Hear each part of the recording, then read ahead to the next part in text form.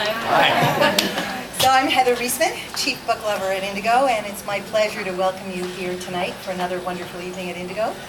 Can you hear feedback on this? You can't hear. Hi. How are you, Captain?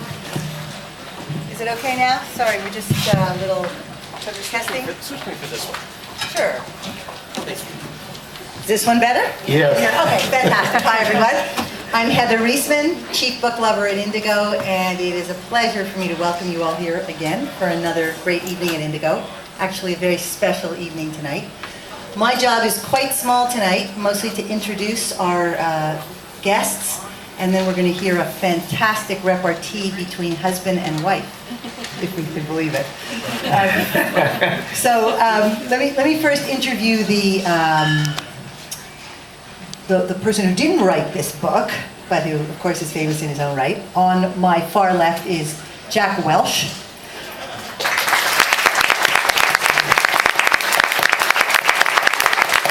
There are oodles that could be said about Jack, and in fact, oodles have filled books that both he has written and that others have written about him.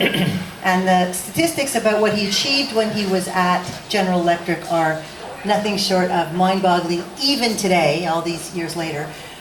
But I think that the most accomplished people have the luxury of being able to, if they choose, to have a one-line resume. Like, for example, no matter what you've done, if you are President of the United States, and you can put on your resume, was President of the United States, you don't really need the rest, right?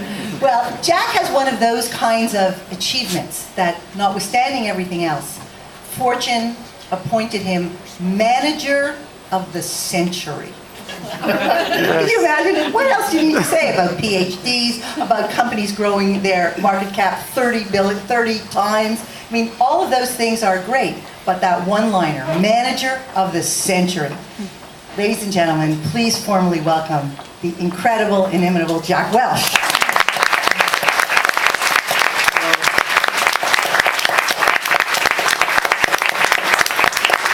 Susy's resume is something else. If I was not at my age already a grandmother, I would say I would like to be Susy when I grow up. Or at least I would like to have Susy's resume when I grow up.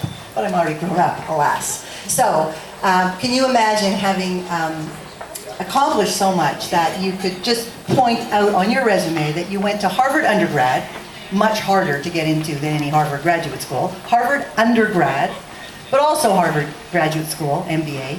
She has been a journalist, a management consultant, the editor of the Harvard Business Review, and you can ask her how it turned out while she was at Harvard Business Review. And she has co-authored 2 books with Jack, writes a column with Jack, and through all of this, and while making all that happen in her life, has managed to come up with what I have to believe is one of the most